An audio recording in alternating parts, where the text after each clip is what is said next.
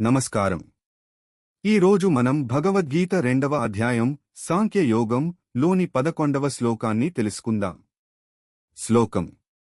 శ్రీభగవానువాచ అశోచాననవశోచస్త్వం ప్రజ్ఞావాదాంశ్చ భాష్యసే గతాసూనగతాసూంశ్చ నానుశోచంతి పండితాః. సులభభావం.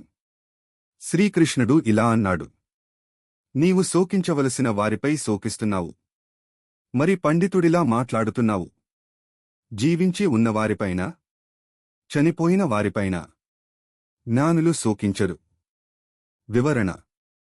ఇది గీతలో అత్యంత ముఖ్యమైన శ్లోకాలలో ఒకటి. ఇక్కడి నుండి ఆత్మజ్ఞానం ప్రారంభమవుతుంది.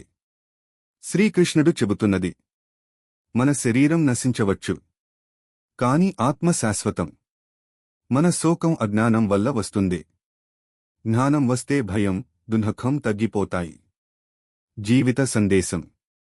మన జీవితంలో జరిగే మార్పులు శాశ్వతం కావు. శరీరం తాత్కాలికం, ఆత్మ నిత్యం. ఇది తెలుసుకున్నవారికి అతి శోకం ఉండదు.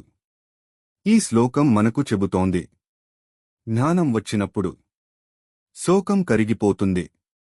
ఇలాంటి గీతా శ్లోకాల సులభ భావం తెలుసుకోవాలంటే మా ఛానల్ను సబ్స్క్రైబ్ చేయండి. వీడియో నచ్చితే లైక్ షేర్ చేయండి. ధన్యవాదాలు.